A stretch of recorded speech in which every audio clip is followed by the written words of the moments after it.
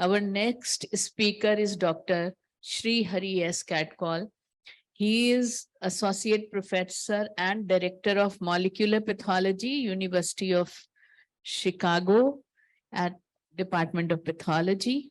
He did his MBBS from University of Mysore and PhD from University of Illinois. He did pathology residency from Anatomic and Clinical Pathology, Illinois, and research fellowship in molecular pathology. He has several honors to his credit. He was selected as Faculty of the Year Pathology 2021.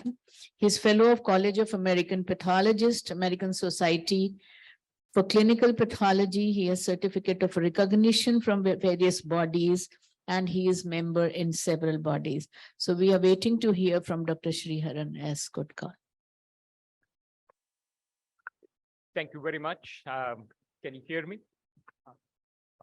Thanks again to Dr. Rahman and Dr. Das for this invitation, and thanks to Dr. Reddy for actually pushing me to come here today.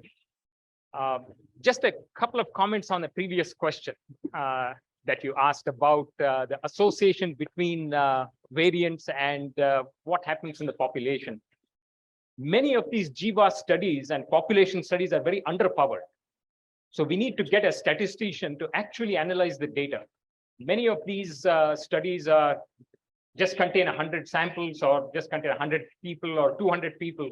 If you look at the power of the study, it's something like 0.2. So you cannot even believe that data and that association unless you raise the power of the study. That's the beta of the test to like 0.8 or 0.9. So for that, you need millions of people, because here we are looking at rare variants, but in very small sample sizes. So just a comment on that. But the statisticians really know how to play with the numbers, so you cannot defeat them. But again, you need the power of the test. Yes. So that's what defines the association. And that's why we can't translate much of that data into clinical medicine. So, but anyway, so this is in short my CV here. I've been in the molecular pathology field for the past 30 years, and my lab at the University of Illinois in Chicago does infectious disease, oncology, genetics, and I'm involved in a lot of translational research. So today I'll kind of shift your attention from just NGS and mutations to something that we all faced in the last 2 or 3 years, so COVID-19. As I was coming into this venue, I actually saw that board there, COVID-19 testing site and COVID-19 vaccination site. So I thought this is very appropriate. And what I will talk today is high throughput COVID-19 testing in saliva. So maybe you're aware of testing in NP swabs, but we actually developed saliva-based diagnostics for a lot of infectious diseases, and COVID-19 is one of them. In my opinion, you don't need an NP swab anymore for COVID-19, and I'll go through some of these, the advantages of saliva over NP swabs. So SARS-CoV-2 is a beta coronavirus, highly transmissible, and I just put in greater than 500 Omicron lineages and sublineages to date. It's a rapidly mutating virus. You have symptomatic and a large fraction of asymptomatic population. So I can definitely tell you, if I take everybody in this conference, I'll find at least 20 infections, even right now, with our test. But we don't know that, okay? But that doesn't mean that everybody gets sick. The main ways of combating the transmission of the disease is testing, contact tracing, isolation, and later on, vaccination, hand sanitizing, social distancing, and mask wearing. I think this is the first time in 3 years that I've removed my mask. So, but again, these are the ways that we actually combat this, this infection.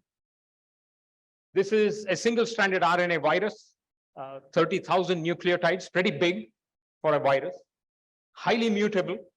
And in the initial phases of infection, we generally saw single nucleotide variants come on, but now the predominant variants occur by recombination between the several subvariants or sublineages that are circulating. With the Omicron strains right now, the R value for transmission in a native population is somewhere around 9. That means one infected person can spread the virus to 9 persons. and the effective transmission rate is about 4. So in a vaccinated population, one infected person can actually spread it to four other people. So upper respiratory infection, pneumonia, thrombosis, and especially now what's becoming important is the long COVID syndrome. So many symptoms associated with long COVID syndrome that we still need to understand. The virus enters the cell by binding ACE2 receptor, the S gene protein. The S protein binds to ACE2 receptor, which is ubiquitously expressed in a lot of cells. ACE2 is expressed at a very high level in the buccal mucosa in the upper respiratory tract. And recently, the drug Paxlovid, which is a combination of 2 drugs, was approved for emergency use authorization by the US FDA. And this is a drug that targets the 3CL protease of this virus, the very protease that actually initially cuts this polypeptide chain into its different components. And I'll come back to this here again. The S1 protein is actually cleaved into, the S protein is actually cleaved into 2 fragments, S1 and S2 is further cleaved. And that becomes important in our later discussion about non-PCR methods for identifying COVID. So here's a snapshot of SARS-CoV-2 prevalence in the United States. This is about 2 weeks old. The NIH has this website and they track these variants on a daily basis. So you can see here that these Omicron lineages and sublineages are now about 585. So it's not just one virus anymore. There are numerous variants that are coming up every day. The most common recombinant variant in the United States is now XBB 1.5. And it keeps changing on a monthly basis. And you can see this graph that a few months back, it was another variant, but now it's predominantly the BJ.1, the BQ 1.13, and the XBB 1.5. These variants are getting highly transmissible, but yet at the same time, at least we haven't seen severe manifestations. Again, because most of the population, about 60 to 70% of the population in the United States is at least vaccinated with 2 doses of the mRNA vaccine. Traditionally, the specimens for any respiratory analysis is an NP swab. So I would like to ask you all, raise your hands. Would you like to get an NP swab done, or would you like to just spit a little bit of saliva into your tube for diagnosis? How many of you would like an NP swab that almost tickles your brain, right? How many of you would like a saliva-based test? That answers my question. Okay, so that's the power of saliva as a specimen for diagnostics. Okay, so saliva can be self-collected, and I'll tell you why it was so important for us. It's non-invasive, painless, no swab required, no transport medium required, no trained person necessary to collect the specimen. Viral loads are actually comparable or even higher than NP swabs in saliva, and I'll show you some data. And it's well accepted by the population. So if you ask them, just spit a little bit of saliva into a tube, anybody will give that. But you tell them, I'm going to stick an NP swab high up into your nasopharynx and tickle your brain, probably they'll say no. Right? Again, most of these specimens, the pre-analytic conditions we set were very tight. We should receive the specimens within 6 to 8 hours of collection. If not, they were frozen at -80 degrees. So we developed a lot of lab-developed tests for SARS-CoV-2 that targeted the entire virus. Again, we knew that this virus was mutable based on previous studies. We developed singleplex and multiplex RT-qPCR assays targeting different regions of the virus. We developed quantitative assays to determine viral load. I think we have one of the very few publications out in the literature, even now, about quantitative assays to determine actual viral load. We developed RT-qPCR assays on unextracted saliva. So for example, we can do this kind of testing without even nucleic acid extraction. We developed sequencing assays, targeted sequencing assays using Sanger, as well as complete genome sequencing assays to identify lineages and variants. And right now we have been focusing on non-PCR based assays for detection of COVID using MALDI-TOF, infrared spectrometry, and RT-LAMP protocols. In fact, we were one of the very first labs in the US to develop saliva-based diagnostics for COVID-19. Here are some of the targets that we selected for our assays. Initially, we wanted to determine which was the best gene to go after to develop a saliva-based test.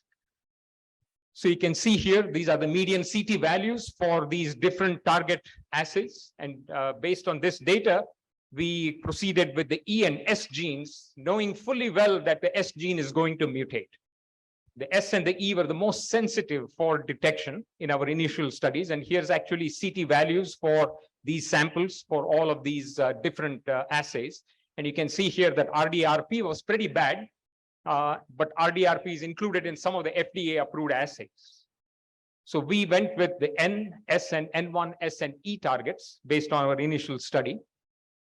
And there was a lot of discussion earlier about CT values and viral loads. The CT value for a particular sample depends on the assay that's used. It's very different. The same sample can have different CT values with different assays, so they are not cross-comparable. In fact, RDRP as a target has higher CT values compared with the other targets. So CT values from different assays cannot be cross-compared unless you actually do a formal viral load quantitation, like what I will show you a little later. Initially, even before we had the very first case of SARS-CoV-2 in our area, we actually developed an assay based on the published sequence of SARS-CoV-2.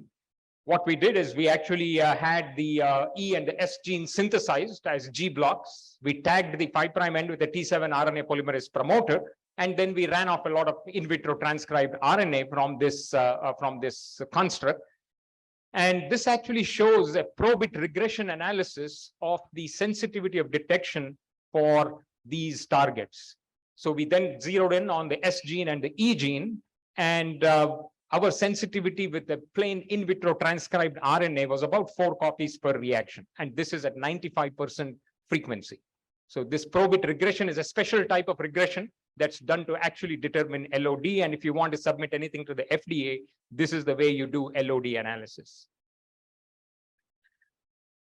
This is our most current assay. We have developed something like about 15 different assays for SARS-CoV-2 targeting different regions. This is a triplex RT-qPCR assay.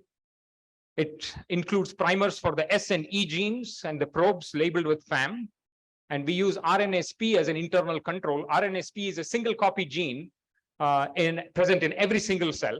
And these RNSP probe is labeled with Sci-Fi. Again, all based on saliva.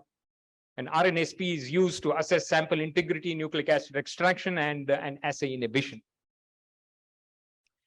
Here's an representative amplification plot from one of our assays, from one of our runs. The E plus S labeled with FAM robustly amplifies, whereas RNSP purposefully, we have suppressed the amplification of RNSP by using very little primer. For example, a general PCR reaction, if you all have done PCR reactions, we generally use about 5 to 10 picomoles of primer in each reaction. Here we have reduced it to 0.5 picomoles, a tremendously low amount of primer. The reason for that is saliva is a completely different specimen from NP swabs. Most of the problem comes with not validating the specimen type and just using an NP-based assay on saliva. It's not going to work. So saliva has a ton of DNA from the shed from the buccal mucosa. It has DNA from lymphocytes and white blood cells from the blood that leach out into the saliva. So if you allow this RNAsP to amplify, it's going to inhibit the amplification of the SARS-CoV-2 targets. So we actually suppress the amplification of of RNAsP so that we could amplify the low-level SARS-CoV-2 samples. So based on our calculations, mathematically, this amount of primer should only amplify about 30 to 40 nanograms of genomic DNA, no matter how much ever genomic DNA exists in that sample. And our limit of detection for this particular assay is 450 copies per ml. And that's the 95% detection rate. We can detect at much lower level. So when we also did a Poissonian distribution analysis, so we can actually detect even about 2 copies per reaction, but that frequency is extremely low. So here's a typical run showing the robust amplification curves for E plus S labeled with FAM and RNSP labeled with Sci-Fi. The analytical specificity was 100%. We tested all common respiratory viruses with our primer sets, and none of them amplified in our assay. We also did in silico analysis, comparing our primer sets to many different databases, and these primer sets were 100% specific. So our assay is extremely sensitive. and it's very specific. Here's our validation against NP swabs, although we believe that saliva is still a better specimen than NP swabs, but many people want to see a validation with NP swabs. The positive percent agreement here, there were 106 paired specimens. The positive percent agreement was about 98%. The negative percent agreement was 94%. We don't use sensitivity and specificity in this setting because the NP swab, I don't consider that as a reference sample. Here we had 3 samples, at least in this particular validation, which were negative by the NP swabs, but positive by saliva. So this raised a question whether we are kind of coming up with false positives in the saliva. But interestingly, those 3 patients actually became positive in the NP swab a few days later. And so we had actually picked up the virus in the saliva much earlier than in the NP swabs. And if you look at it, actually the initial phases of COVID, where people lost taste, that's where it infects first. So actually saliva is an excellent specimen to make a diagnosis very early on, even in asymptomatic people, even before the virus gets to the NP region. So actually all of these 3 people became positive after about 2 to 3 days. So our assay was much more useful to detect these asymptomatic population.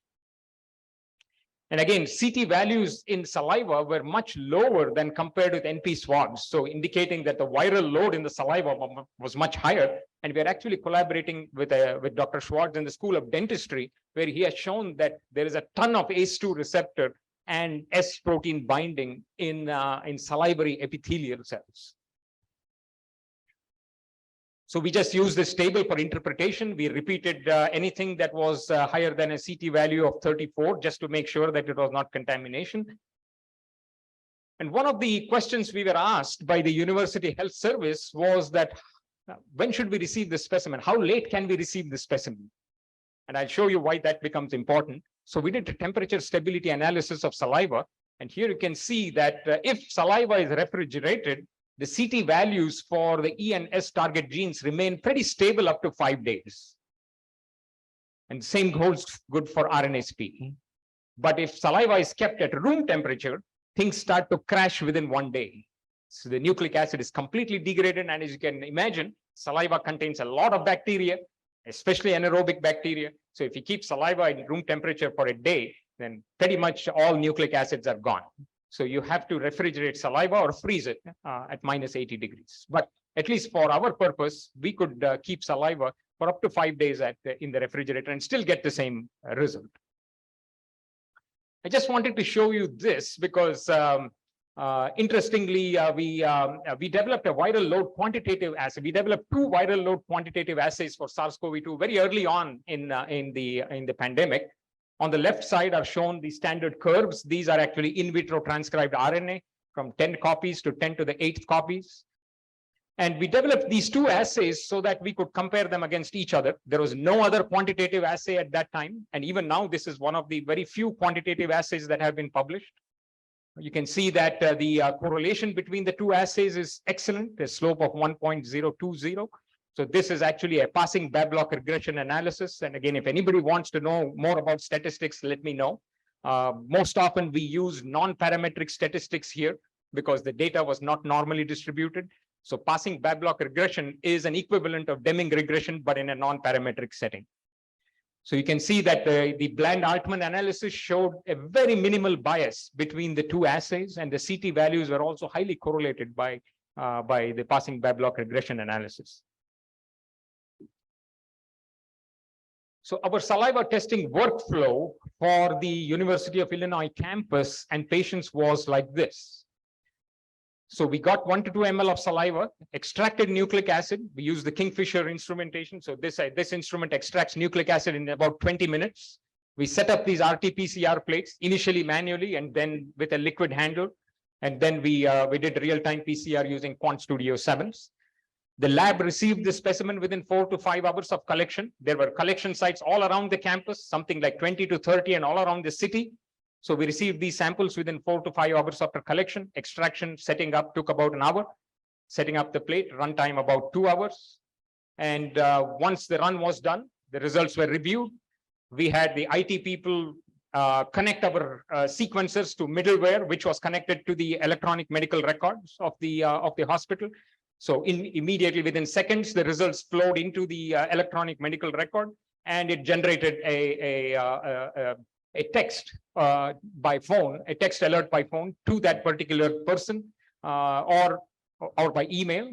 If the person was negative, they were asked to still follow COVID-19 precautions. If positive, then contact tracing would get in touch with them and then determine whether they needed to see a physician or not. So for this purpose, we had 4 BSL-2 hoods, 3 nucleic acid extractors, 6 Quant Studio machines, and about 8 to 10 technologists working from almost 6:30 in the morning to about 11 at night. Okay. We did a maximum of about 2,000 tests a day. Sometimes it was more. And we screened both asymptomatic and symptomatic students, staff, faculty, and patients. So this is data from when we started doing these assays. The bars in blue represent the number of tests. The orange line represents a 7-day rolling average of positive cases. And you can see these kind of peaks during the alpha. We didn't have a big peak for the delta. Okay.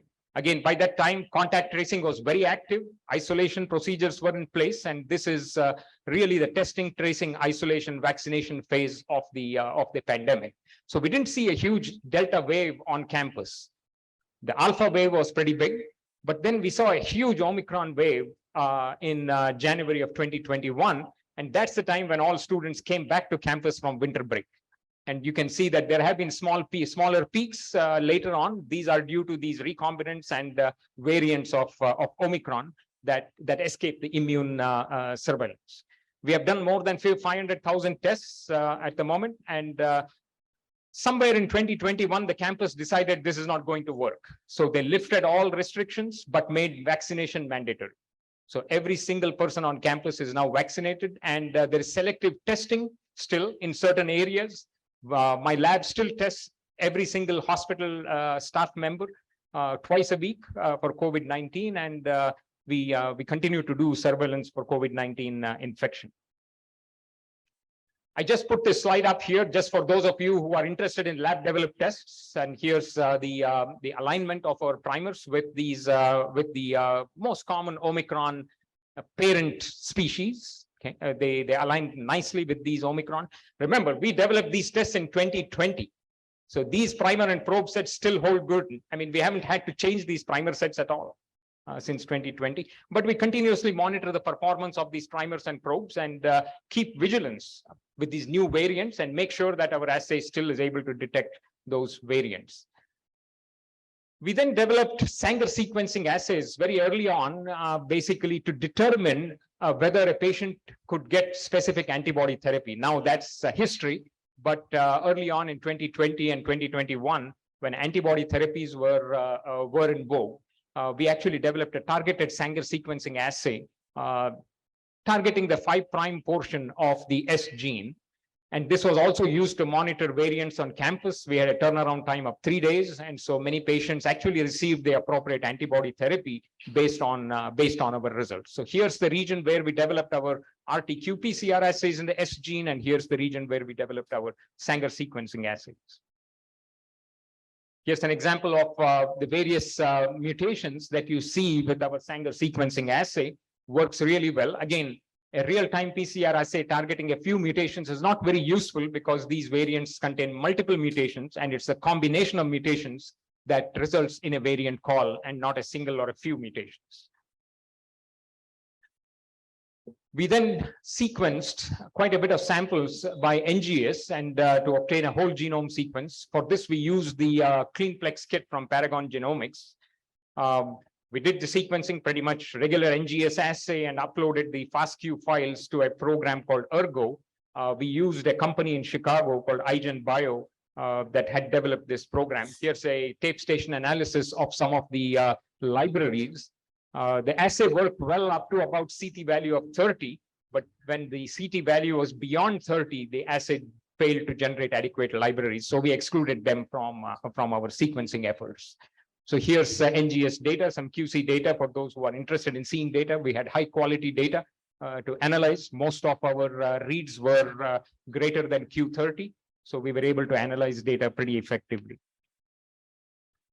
After quality assessment and primer trimming, the reads were aligned to the Wuhan sequence, and then a variant call was assigned. And then we used the Pango lineages assignment to assign the lineage. Again, the problem is that this is a rapidly mutating virus. So there will be regions by NGS where the NGS analysis will fail. So basically, there is we used Sanger sequencing to fill up those sequences, assembled the genomes, and submitted them to GenBank. So here's an analysis of an outbreak in the hospital. So here's a dendrogram analysis. So you can see that all of these, some of these were staff, some of these were patients, all of them had exactly the same sequence. So we used NGS to kind of monitor infection on the campus and to actually identify and investigate outbreaks.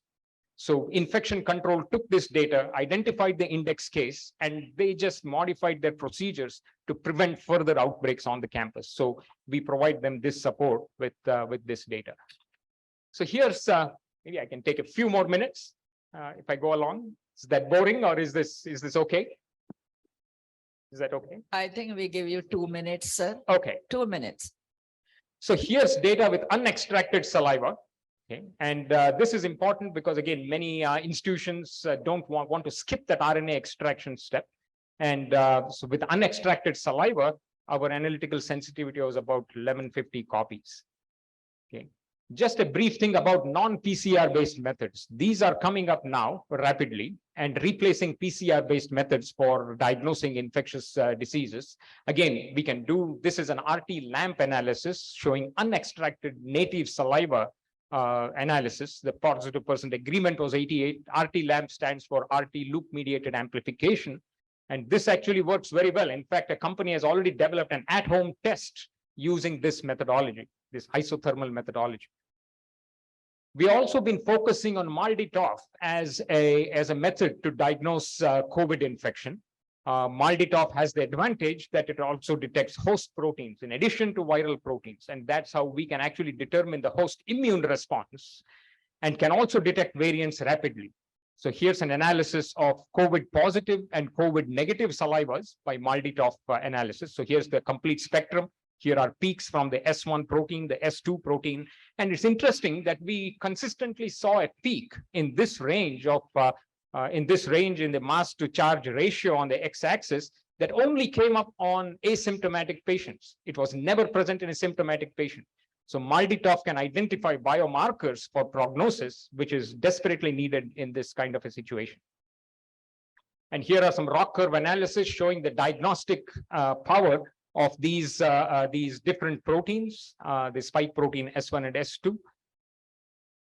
And actually, MALDI-TOF can identify variants. Here's the mobility of the S protein on the mass to charge axis for different variants. So we can actually rapidly identify variants based on their mobility. And we are actually using artificial intelligence algorithms in collaboration with one of the computer scientists. We have actually developed an artificial intelligence program to actually automatically analyze spectrum from saliva. Okay. We are also focusing on infrared spectrometry in saliva. We have a grant to do this. This is one of my techs, Joshua Bland, who is actually analyzing the data by infrared spectrometry. Acquiring the spectrum acquisition takes only 30 seconds, takes only 20 microliters of native saliva. And we are working with a computer science team to develop an AI-based algorithm to determine positive versus negative saliva. And the graphs look like this. Here's an example from a published paper where 56 saliva samples were analyzed by infrared spectrometry. You can see the ROC curve analysis. Area under the curve is pretty good for a diagnostic test. Again, no PCR, done within seconds. And for example, imagine going to the airport, getting a swab, and then right away within 10 seconds, you have a result. Okay. So here are our publications that we have done. We are actively pursuing this still. I mean, and different modalities of non-PCR based diagnostics. So in summary, saliva is an excellent specimen for COVID diagnostics. And by show of your hands, I know that if I ask you to give a specimen right now, you will do that. Okay. And non-PCR based methods will come into the effect. I mean, will become popular, and they are fast and cost effective. But as in anything in pathology, we need to optimize and validate protocols before implementation. And here's the support that we had. We had grants from the Walter Foundation, from the American Association of Orthodontics. And here are my colleagues in the lab that do the work for which I take credit. So thank Thank you. you. Thank you for your attention. Thank you, Dr.